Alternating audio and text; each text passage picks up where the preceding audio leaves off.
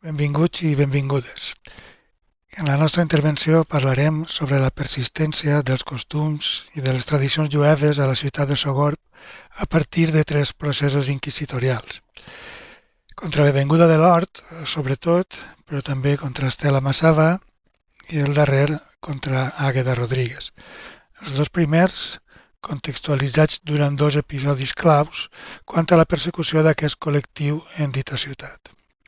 El primer entre 1488 i el 1500 i el segon episodi entre 1510 i 1513.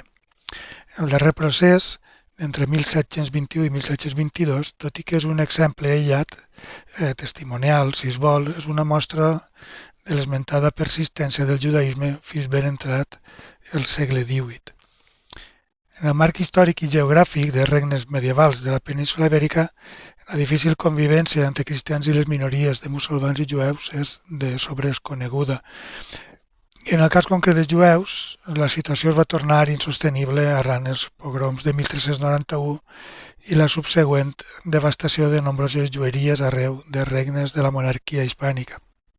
Pel que fa al cas concret de València, el saqueig de la jueria es materialitzà el 9 de juliol de 1391 amb l'assassinat de més de 200 jueus. D'aquesta manera s'inicià a València una conversió massiva de jueus al cristianisme.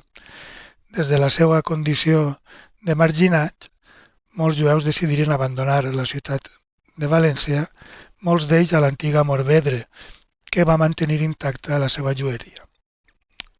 D'altres decidiren quedar-se a la llar dels seus ancestres, però la majoria intenta refer-se'n tot amagant la seva condició religiosa. En la majoria dels casos, la pràctica dels seus costums i l'observança de la religió hebrea continuava tenint un paper important en les seues vides, però ara des de la clandestinitat del nucli familiar. I és en aquest context de clandestinitat familiar on el paper de la dona jueva va ser decisiu quant a la transmissió de les tradicions religioses entre el seu nucli. Nombroses dones apareixen entre la documentació com a dones plenament coneixedores dels costums hebreus i amb un nivell d'alfabetització relativament elevat que els permetia difondre el coneixement acumulat a les generacions futures. Per aquest motiu, moltes dones foren acusades, a més d'observar la llei de Moisès, de judaïtzar, això era, de propagar la religió jueva entre el seu nucli familiar més proper. Es convertiren, per tant, en un blanc idoni per al Tribunal de la Inquisició.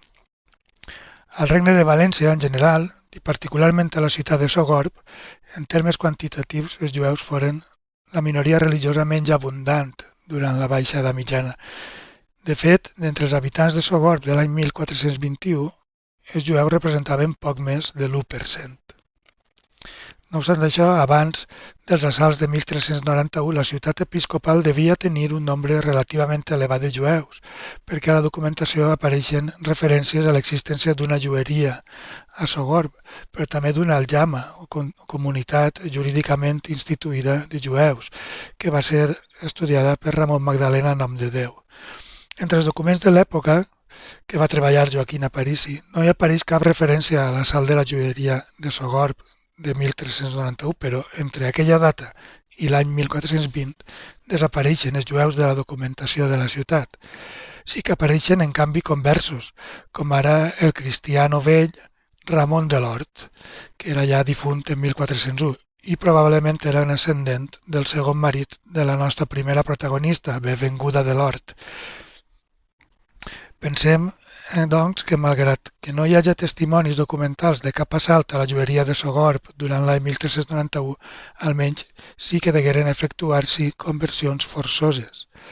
Així mateix, la proximitat geogràfica de Morvedre degué propiciar que molts jueus de Sogorb s'hi traslladassin, atesa la coneguda excepcionalitat que va suposar el respecte a la jueria de Morvedre, que després de la destrucció del call de la ciutat de València es va convertir en la jueria més important del regne. En el cas concret que ens ocupa ara, la documentació conservada relativa a Benvinguda de l'Hort recull part de les diligències que es van efectuar a Sogorb en 1488. Aquell any representa una data fatídica quant a la persecució contra els jueus de Sogorb.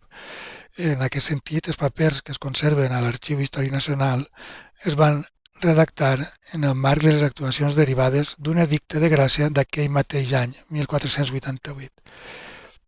L'expedient es troba a l'Arxiu Històric Nacional, al Fons Inquisició, lligall 5311, l'expedient 11. Doncs datat en agost de 1488 es conserva també un document sobre el pagament de taxes imposades als conversos confessos de Sogorb i entre la llista destaquen nombrosos integrants, com veurem, del nucli familiar de Benvinguda de l'Hort, com per exemple el notari Ramon de l'Hort, Violant, que era vídua del botiguer Gabriel de l'Hort, Flor Medina, vídua de Bonanat Pardo, les filles d'aquest, Brianda i Damiata Pardo, Violant, vídua de l'argenter Pere de Monsonís, Daniel de l'Hort, argenter, la mare d'aquest, Angelina, vídua de l'argenter Jaume de l'Hort, i Florença, muller de Bartomeu Morell. Malauradament, l'expedient no conté les confessions ni les declaracions de Benvinguda, que de segur que hagueren aportat més llum sobre la seva dilatada experiència vital. Certament, Benvinguda de l'Hort era ja una dona vella en 1488 i vídua després de sobreviure a 2 marits. Ella va néixer a una família benestant de conversos de Sogorb, els Pardo.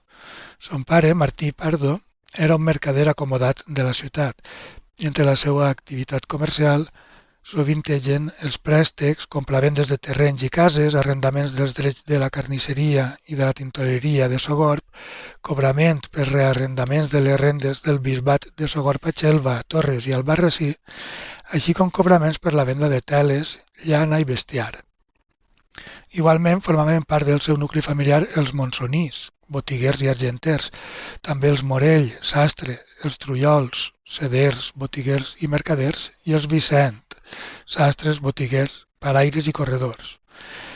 Finalment, entre la família del seu difunt segon marit, Llop de l'Hort, trobem sastres, botiguers i argenters, així com el notari Ramon de l'Hort. A partir del testament de Martí Pardo, el pare, coneixem el nom de la mare de Benvinguda, Clara, així com el del seu primer marit, Pere Sempol de València. Aquest darrer apareix com a marmessor del testament del seu sogre fins que Martí Pardo nomena un codicili nou a un nou marmessor, Nicolau de Monsonís. La redacció d'aquell codicili es produí molt probablement després de la mort del primer marit de Benvinguda. I ho suposem així perquè diversos testimonis del procés de 1488 donen fe que coneixien el matrimoni de Benvinguda i de Llop de l'Hort des de feia més de 35 anys. Encara del testament de Martí Pardo podem extreure el nom de les germanes i germà de Benvinguda. Això és Estela, Úrsula i Bonanat Pardo. A través de les declaracions dels testimonis coneixem també alguns fills de Benvinguda, com Florença, Daniel i el primogènit Gabriel de l'Hort. Aquest últim era botiguer, casat amb Violant, i aquell mateix any 1488 va morir. A partir de la documentació podem comprovar que la vídua Benvinguda s'esforçava de mantenir intacte el llegat comercial de la família. Diversos testimonis la situen regentant una botiga on venia, entre altres coses, olives, oli i el vi que produïen les vinyes de la seva propietat. Des del taulell de la botiga s'afanyava a cobrar els interessos dels préstecs i a pagar els jornals dels treballadors de les seves terres. Com veurem, a banda de la seva activitat comercial, les declaracions dels testimonis que s'acolliren al temps de gràcia, molts dels quals eren part del seu nucli familiar, donaven fe del manteniment de les tradicions jueves al si de la família de Benvinguda. El primer document que trobem a l'expedient s'inicia de manera acèfala, per tant, no coneixem el testimoni ni la data que va declarar. Però en aquell fragment, el primer testimoni, s'observa la presència d'un retaule sense iconografia cristiana on Benvinguda orava i segons aquest testimoni, Benvinguda tenia en su casa un retaule cerca de una ventana en el menjador, en el cual retaule dice este testimonio que no y había pintada imagen ninguna de nuestro Señor Jesucristo, ni de la Virgen María, ni de santo, ni de santa ninguna, salvo que estaba pintado todo de pintura que parecían naipes. Aquell mateix dia recolliren les declaracions del musulmà Sahat Julaile, llaurador y habitador de la morería de Sogorb, según el cual, cuando le dijera este testimonio que por qué no iba a la iglesia aquel día de Pascua, que hacían grande fiesta a los cristianos, la dicha bevenguda le respondió: «Yo no soy cristiana». El 26 de juny declarava Jaume Roís, llaurador de Sogorb, el qual havia treballat a casa na bevenguda en aquell moment feia 8 o 9 anys. Y en el dicho tiempo vio en la dicha casa, como la dicha bevenguda, tenía detrás del lecho donde dormía la Torá, en un rincón a manera de una finestra, la cual Torá dice que dentro era de pergamino y que fuera estaba cubierta con un velo de seda. Poc després, el 30 de juny, Arnau de Montlleó explicava allò que havia viscut prop de 30 anys enrere mentre treballava a casa al matrimoni de l'Hort. Y diu que los viernes dresaban la casa y en la noche encendían los candiles limpios con mechas nuevas. Los viernes en las tardes no hacían faciendas, antes se entraban a bañar en un baño que tenían en casa. Y aparejaban en viernes carne, garbanzos con espinacas para el sábado, al cual potaje decían jamín, y de aquel comían en los sábados los dichos cónyuges. Y en los sábados los dichos cónyuges se mudaban camisas y ropas limpias y no hacían tanta facienda cuanta acostumbraban de hacer en los otros días facenderos. Aquell mateix dia testificava Francesc Narbó, llaurador de Sogorb, que mostrava l'hostilitat envers els jueus d'un altre llaurador, Joan Garcia, que pretenia assaltar casa de bevenguda i traure'n a la força la Torà. Deia Joan Garcia: «Denme 10 hombres que yo sacaré la Torà de casa de bevenguda». L'1 de juliol de 1488, Francesc Aragonès, vídua de Francesc Comes de Sogorb, declarava d'oïdes la realització d'un acte sacríleg que repetirà de manera constant en altres delacions posteriors. Això és la confessió d'un crucifix de pasta. Francesca oyó dir a Violant, muller de Pere Vicent, 6 anys poc més o menys, que la muller de Lope Quondam Sastre, apelada bevenguda, havia fet un crucifixe de pasta i lo posà en una panada i lo havia tramès al forn.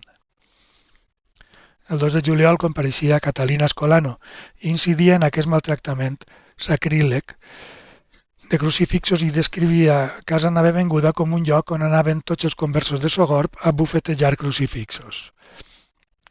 Encara aquell 2 de juliol, Bartomeu Gurrea, paraire, en aquest cas, parlava sobre la negativa de bevenguda d'acceptar diners en dissabte. El 4 de juliol acudia a declarar Caterina, muller de Mestre Torrella. Ella oyó decir a la bevenguda que un viernes de la cruz, después de la predicación, hizo un Jesús de pasta y lo azotó, diciendo: «Don judío, por vos sabemos esto de pasar, vos lo ploraréis». El 4 de juliol, Elvira, muller de Joan Ibáñez, descrivia també casa na bevenguda com un lloc tradicional de reunió de la comunitat conversa per tal d'atemptar sacrílegament contra crucifixos i deia: «En casa de na bevenguda azotaban de noche los crucifixos». El mateix dia, declarava Úrsula, muller de Berenguer Pastor, i va delatar a bevenguda perquè a sa casa se feia faena en dies de festa i diumenges. També el 4 de juliol, Joana, muller de Jaume Pi, explicava certes proposicions herètiques que atribuïa a bevenguda. Joana havia oït dir a na bevenguda, la viuda, que per què mataren els jueus a Nostre Senyor, que ell se fora mort de vell. L'endemà, el 5 de juliol, li va tocar a Brígida, muller de Jaume Calas, declarar, i en aquell cas donava compte de les blasfèmies que bevenguda dirigia a Santa Caterina. Oyó a la bevenguda, viuda, fablando de Santa Catalina, que fue bagassa. Violant Vicent, muller del ciutadà Pere Vicent, va acudir a declarar el 8 de juliol i va retrocedir 25 anys per donar compte de més proposicions herètiques de bevenguda.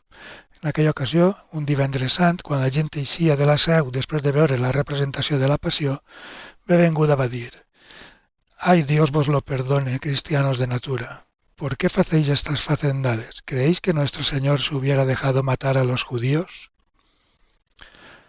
El 9 de juliol, Domènec Barratxina, llaurador de Xèrica, declarava el que havia viscut mentre treballava a casa dels Pardo. Això són els pares de bevenguda. En aquell moment ja feia 55 anys. Y entre altres qüestions, Domènec explicava que els Pardo nunca compraban carne que fuese degollada por cristianos, sino que todavía la tomaban de la morería. Bernat Bertolí, llaurador de Sogorb, treballava a les vinyes de Benvinguda i el 10 de juliol va declarar que la vídua es negava a pagar-li el seu sou en dissabte i, en canvi, dedicava els diumenges a fer feines de costura. El 14 de juliol va declarar Isabel de Césperas y deia que en misa, cuando alzaban al corpus, Benvinguda no se agenollaba, que estaba mirando de acá y de allá, que no miraba, que así mismo lo facía del sanguis. El 28 de juliol, Bahamet Edam, de la moreria de Sogorb, el qual havia treballat de jornaler a les vinyes de Benvinguda, explicava que aquestes vendimias passades fue a casa de na Benvinguda per demanar-li diners que li devia. He vio este testimonio como la dicha Benvinguda quería sacar los dineros. Sacó una cruz. He vio este testimonio. He oyó como la dicha Benvinguda dijo, ya sale este diablo, diciéndolo de la cruz que era salida. El 2 d'agost compareix Catalina, filla d'Esteve Navarro, del lloc de Manzanera. Aquesta havia servit en casa del matrimoni de Violant i Gabriel de l'Hort, el primogènit de Benvinguda, i los susodichos, el llavors jove matrimoni, no sabían en qué día venía aquella fiesta, sino que la Benvinguda los decía y los avisaba que era en tal día. Si ens centrem ara en l'altra gran onada inquisitorial sobre els jueus de Sogorb, 1510, 1513, s'allarga fins al 15, heu de tindre en compte que si bé les delacions contra Benvinguda es produïren l'any 1488, el seu impacte es va perllongar fins a dècades posteriors i, de fet, en 1513 l'inquisidor Andrea de Palacio va ordenar la revisió d'aquell procés de Benvinguda per continuar la persecució sobre els jueus de Sogorb. I això ho demostren les notes marginals del procés del qual estàvem parlant, de 1488. Algunes notes que es van efectuar l'any 1513 indiquen que nombrosos testimonis que havien declarat abans, en 1488, ara, podríem dir la reapertura d'aquest cas, molts d'ells havien mort, però van aprofitar les declaracions d'aquells que seguien vius. Les anotacions que fan referència a aquestes ratificacions de les declaracions donen fe que anys després, en 1613, molts dels testimonis que van delatar Benvinguda es van ratificar en les seues confessions. A causa dels estrets vincles familiars existents en la comunitat jueva de Sogorb, vincles gairebé endogàmics, trobem membres del nucli familiar de Benvinguda a les subsegüents investigacions inquisitorials.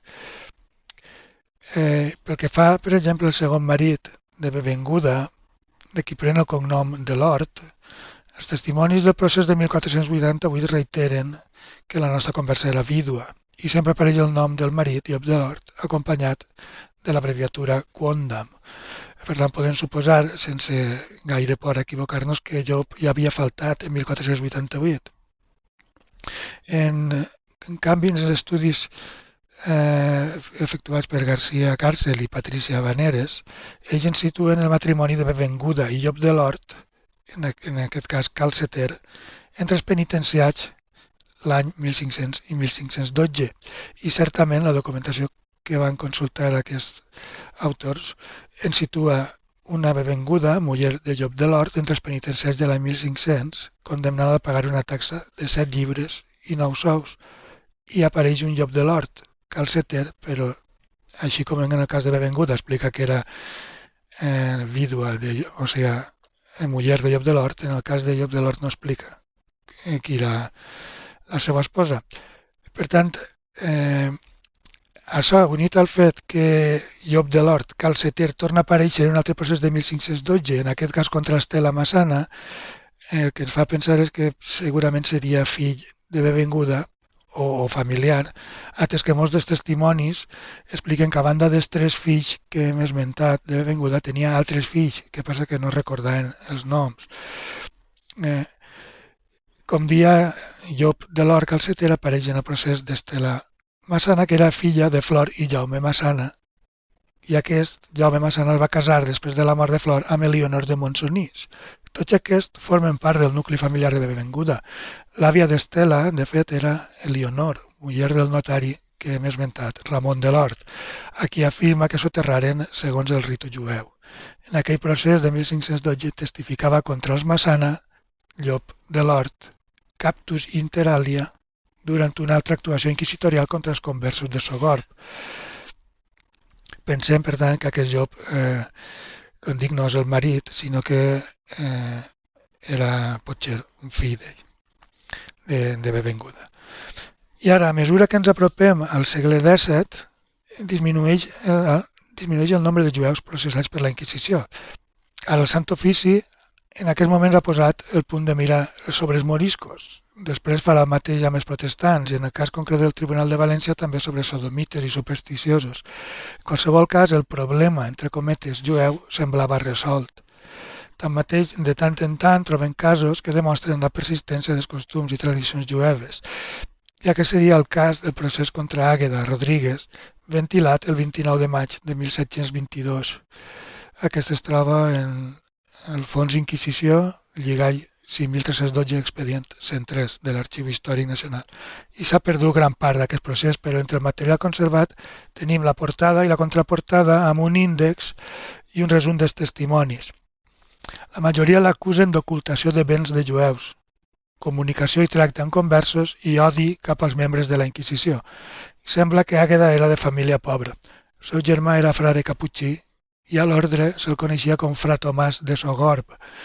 Ella servia de criada a casa dels Pagès, a Morvedre, i després amb el matrimoni de Francisca Blanca de Pat i Alexandre de Figueroa a Gandia. El procés obert a Àgueda es produí arran la captura dels Pagès, els seus amos anteriors, per judaïsants. A Àgueda se l'acusava d'encobrir-los i d'ocultar objectes pertanyents a jueus que haurien d'haver estat, per tant, confiscats. Però entre la bateria de preguntes que s'ha conservat, destinada als oficials de la Inquisició encarregats de recollir testimonis contra Àgueda, apareixen preguntes i totes les preguntes van destinades a comprovar la seva ascendència. Segons les investigacions, Àgueda descendia de cristians vells. Malgrat tot, va ser condemnada a abjurar de Levi davant dels ministres de la Inquisició a portes tancades. I llegim a la seva abjuració la fórmula arquetípica abjuro, detesto y anatematizo toda especie de herejía que se levante contra la Santa Fe Católica, especialmente de aquella que yo, ante vuestras señorías, he sido acusado y estoy levemente sospechoso.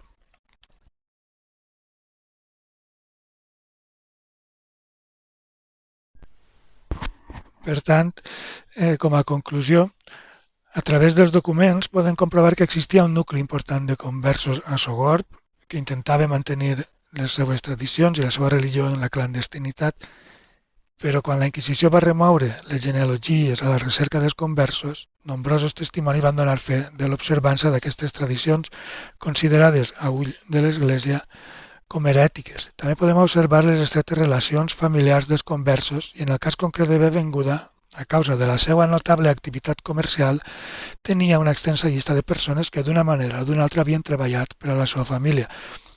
Les declaracions dels seus treballadors, també clients, com hem vist, conformen la part més important dels testimonis, que delaten la presència del judaïsme en la família Pardo i de l'Hort. Desconeixem ara per ara quina va ser la sort final de l'anciana Bevenguda, però sí la de nombrosos integrants del col·lectiu convers de Sogorb en general i particularment d'alguns dels integrants del nucli familiar més proper a Bevenguda i a Estela Massana. En aquest sentit, segons les efemèrides recopilades per Gonzalo Valero, que les va editar l'any 1957, Faus, en 1490 molts conversos de Sogorb foren cremats a les eres que estan situades al camí que enfila cap a Altura. I d'aquell mateix any trobem documentada la mort a la foguera de Flor i Damiata Pardo, i Daniel, Ferran i Joan Vicent. I en 1491 s'aplica la sentència de mort contra Isabel, o Esperança, segons papers, Isabel de l'Hort, i el seu marit, Pasqual Montlleo. El notari Ramon de l'Hort moria cremat en 1504 i entre 1512 i 1515, durant aquella segona onada de persecucions contra els jueus de Sogorb, moriren a la foguera Elionor, Tolsana i Violant Monsonís. També aquell 1515 fou cremada Brianda Pardo i en 1521 el notari Nicolau Monsonís. Tots aquests integrants del nucli familiar de Bevenguda. A més, entre els processats per la Inquisició hi figuren també Isabel de l'Hort, Flor, Jaume i Estela Massana, de qui ja hem parlat, Llop, Daniel i Gabriel de l'Hort, i la muller d'aquest darrer, Violant de l'Hort. Fins i tot el ja difunt Martí Pardo, el pare de Benvinguda, apareix entre les llistes dels condemnats, segurament fruit d'un procés contra la seva memòria i fama. El cas posterior d'Àgueda Rodríguez, ben entrat el segle XVIII, és un fet que podrien considerar com aïllat, però és una mostra de l'esmentada persistència del judaïsme, però sobretot és un exemple dels nombrosos intents del Tribunal de la Inquisició d'esborrar de la societat qualsevol rastre de l'heretgia. Moltes gràcies.